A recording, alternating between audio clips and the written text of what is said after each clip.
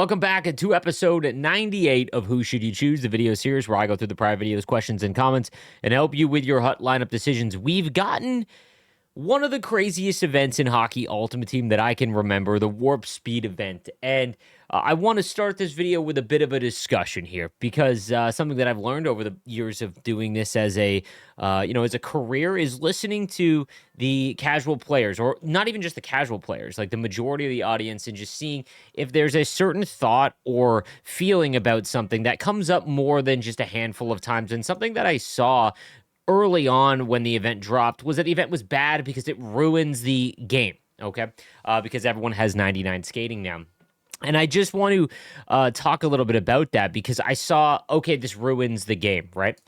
The question I want to pose to you guys is, for anyone that does not like the event, the Warp Speed event, and then we'll get into the questions and all of that, what would make a great event?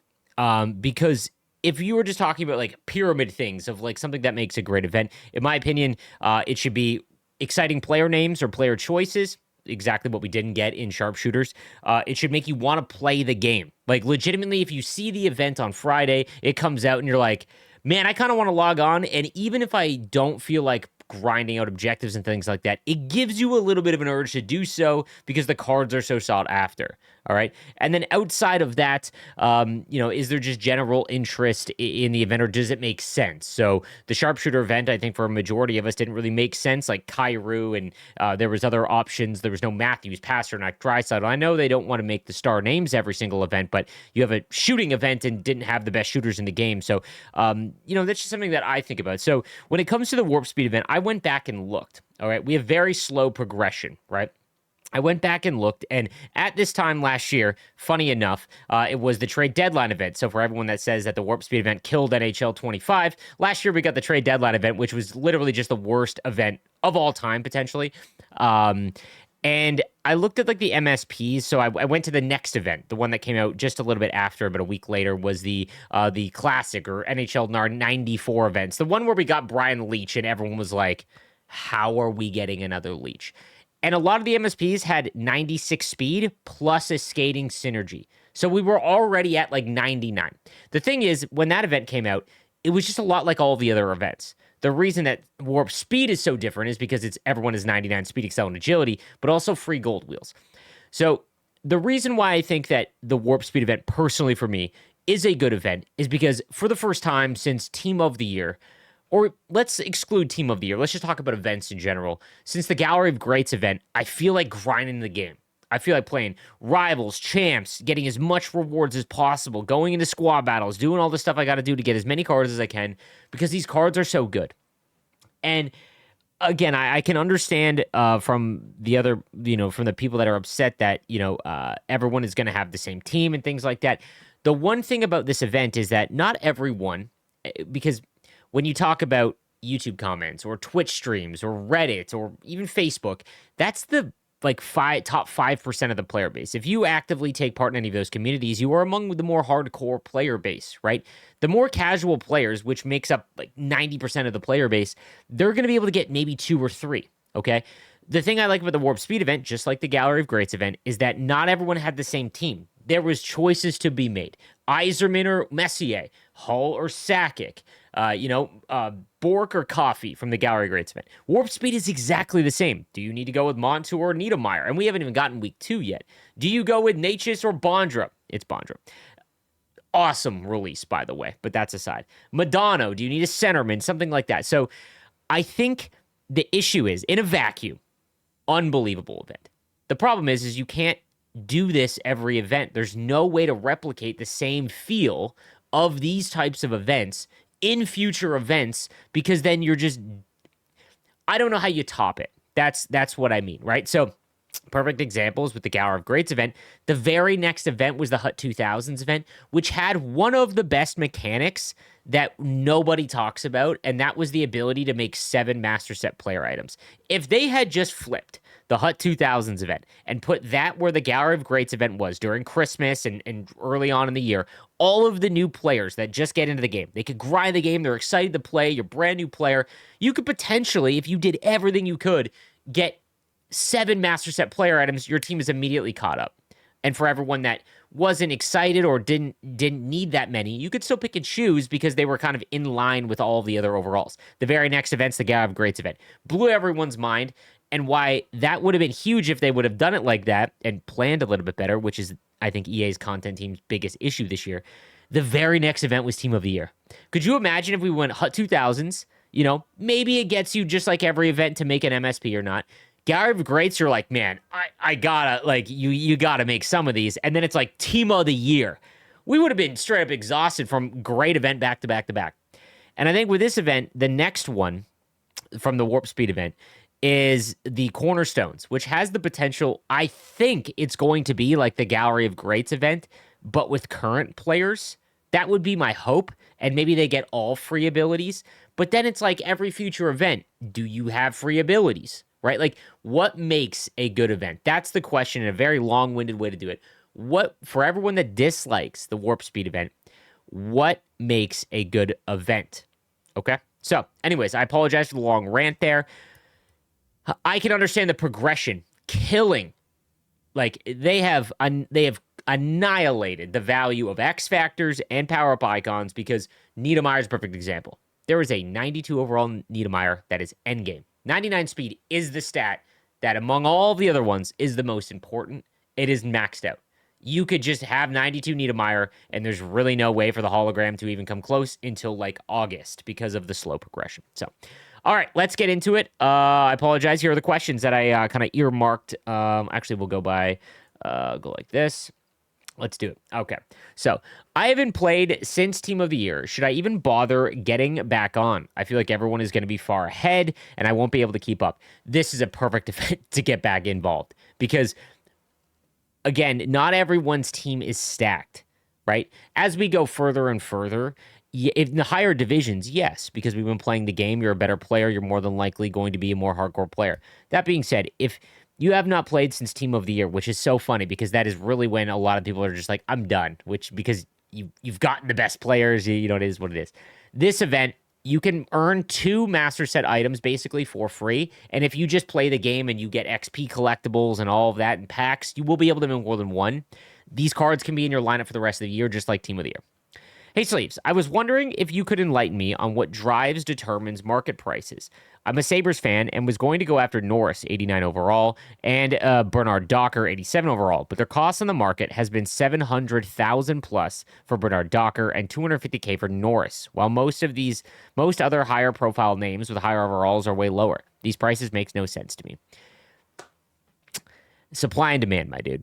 So those are like obscure player items, right? That people probably know that if there's theme team guys out there, they can just go and see that there's only 2 on the market. They get to set the price, right? Very odd that that's the price for those. It is unfortunate. I really don't know another way to, because you have to basically pull those cards, and I don't even know if they're still in packs, those ones specifically. But that's why. It's just supply and demand. So like higher overalls that are random, right? Again, it shouldn't be that. It's not like, it might just be that someone's got a Norris, and it's like, man, I bet there's Sabres fans out there that want them. But I doubt it, but that would be why. Hey, Slaves, thanks for all the content. Long-time viewer, first-time comment. It was my first year playing Hut. Before, it was just Versus. So I would say I have sound fundamentals on focusing/shooting, as well as OV is my favorite, but I lack deking and breakaway mastery. Nevertheless, as a free-to-play player, I'm doing somewhat okay around lower Div 3. And I've been playing a lot, too. Maybe you could assist with lineup choices and general comments on it. I have no clue how good or bad this is. Right now, I can create one Warp Speed Master Set player, and I'm thinking about Niedermeyer. Maybe I should look for something else. It's a little confusing right now, as I feel a little directionless, and I know that Team of the Season is coming out soon. As every set is new to me, maybe I should save up for it, as I wish I would have had the resources to build another Team of the Year back then. I gotta be honest with you. A lot of the people, like, I don't mean to overstate this, but by the time that when Team of the Season comes out, we're going to be at 93 overalls. Like Team of the Season items, I think will be 93 overall, maybe 94. They are doing progression for skating at 0.5 hard up to 99, meaning that some cards like Matthews, let's say Draisaitl, a little bit slower skater in game, he won't get 99 speed probably until he hits 99, right? And that means that his team of the season card, like, it just won't have 99 skating until, like, again, the progression is so low, like, I don't know when we would see 99s, right? So something to keep in mind there. This year, team of the year, team of the season, anything outside of fantasy, it's just the worst value it's ever been in terms of holding on to these year-long cards. Doesn't mean that they're not important. It's just that the warp speed event, I can't stress this enough, you want to make as many as you can. You will not regret it. There's no way to regret 99 speed. There is not. If you've been playing the game for a year, 5 years, since NHL, what, 05 or 06 when it really became online versus, speed is the number one.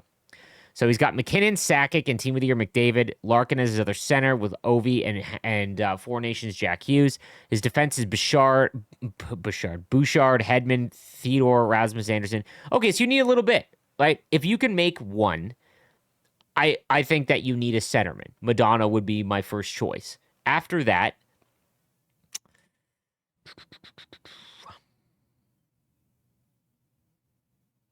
your first defenseman is Hedman. I would probably I would make Niedermayer. So Madonna, Niedermayer, and then after that, I would go with Bondra over here. So I made Madonna and Niedermayer. I want to make Montour, but my righty D-men are pretty stacked. I have Team of the Year Makar, Fantasy ASP, Four Nations Fox. I don't know what to do, if any ideas. I just keep what I got or no. If I get rid of Fox, I lose the defensive boost, and if I lose ASP, I lose Heat Seeker, and he is the only player I have the ability with. What do you think I should do, Sleeves? It's probably time to move on from ASP. He's on my third pair. I have Parayko, obviously, though. I think we're at the point where you can lose ASP and go with Montour. That's fine. I know having someone with Heat Seeker is important, but those will always come out. Like, they'll Heat Seeker is one of those abilities that EA is like, oh, people like that. They'll keep throwing it on good players. Do you think we get Bobby Orr or Pavel Bure next? Oh, man, I didn't even think about Bobby Orr. We should. A Bobby Orr warp speed card would make sense. Do you think the cost for this event is pretty huge? For Madonna, it'll cost me 27.85s and Gallery of Greats, Yzerman, Sakic, and Coffee. I would try and hold off on Yzerman. Guys, for anyone, we're getting to the point now where Gallery of Greats cards are like 89s is now the minimum, and not a lot of people have like lower than that if you haven't been playing, or higher than that. So the only cards I would not trade in, I would do everything I could, unless it meant the difference between making a warp speed player or not at the end of the event, would be Yzerman or Messier. I said this at the launch of the event. Having a card with 99 faceoffs, gold quick draw, unless you have an absolutely stacked team, that card on your fourth line, when you need to win a draw in your own zone to defend a lead in the last minute, or you need to win a faceoff in the offensive zone with 13 seconds to go, the advantage of that is so big. Do everything you can to keep Yzerman and Messier. Outside of those, yeah, it's okay. It's time to move on. I think what they did, God, it was so good. The only thing, here's the one thing I wish they would do, and it's probably a staffing issue. If I was a part of the team for Hut, okay, I would have like teased Bondra with like the Caps jersey, like either the white one or the Capital jersey, like the Eagle, and just been like, he's coming. And, you know, like, built up anticipation. That was so random. And again, I know there's a lot of people out there. I saw Twitch tends to have some newer, younger players. YouTube comments are usually older. And my Twitch community, by the way, is much older. So for anyone that is 30 plus and they don't watch Twitch because you think like it's just for kids or younger guys or whatever, my entire community is 30 plus, man, like for the most part. But I saw some people in my Twitch chat, some younger cats that were like, I don't care about Bondra, who is that? And I'm just like, oh, I can spot someone born in the year 2000. Bondra is just one of those really cool players that were, I'm trying to think of an example of like a player like that now that was like borderline, like he's a star but not a superstar. Kaprizov's not the right answer. He's too good. Give me anyone listening. Give me a good Bondra comparison for someone younger. I'm trying to think of one, but I just can't off the top of my head. But such a cool release. Like, they so rarely get new alumni added in, and no one had any idea that Bondra was coming. And then they don't just give a face like a normal headshot. They make it a master set play. Just well done. That's it. You have to give the criticism as well as the props, and whoever came up with the decision for Bondra, well done. That was nails. I think that we could legit get Bobby Orr though. That makes sense. Hey, Slaves, I hope you're feeling better and all is well. The last few weeks, I've put a lot of focus into making Power Up Icon Orr, and I'm one base X Factor away from making Nylander. His sharpshooter drove me to do it. But with seeing and playing with these Warp Speed cards, I feel like I should pivot from Nylander and grab a bunch of these guys. I was considering making Fox's X Factor instead now, since his skating is impressive along with my Power Up Icon Orr, and make at least one demon and a couple few forwards from this event. Definitely going to hold out to see who comes next week, but you said it. I feel like this event is a can't miss and will change the trajectory of the game. 100%. Like that, I can my rant at the beginning. I can sympathize with the people that are like, dude, now we have 99 skaters, and it really devalues what comes next. It forces EA to like come out with another banger event, and I don't like to one up themselves. I don't know how they do it. But that being said, understand that making Nylander isn't a bad idea. He's on my team, but you can wait and do that whenever you want. Right now, when events like this come out, just like the Gallery of Greats, it's March, guys, and Gallery of Greats came out, end of December?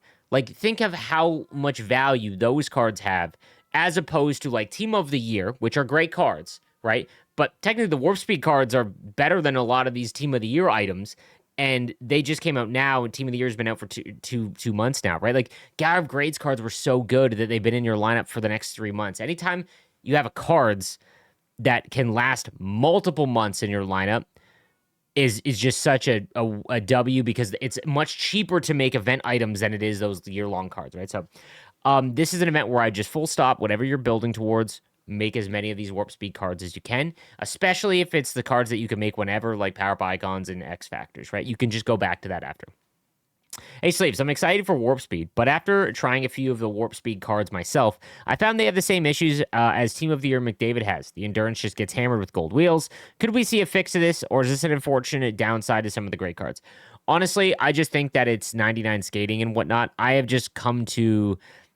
now focus on line changes more. So when I have a rush with my first line, and then it comes back the other way, I'm immediately changing my lines, right? I hope they address it or figure out a way, but it is what it is.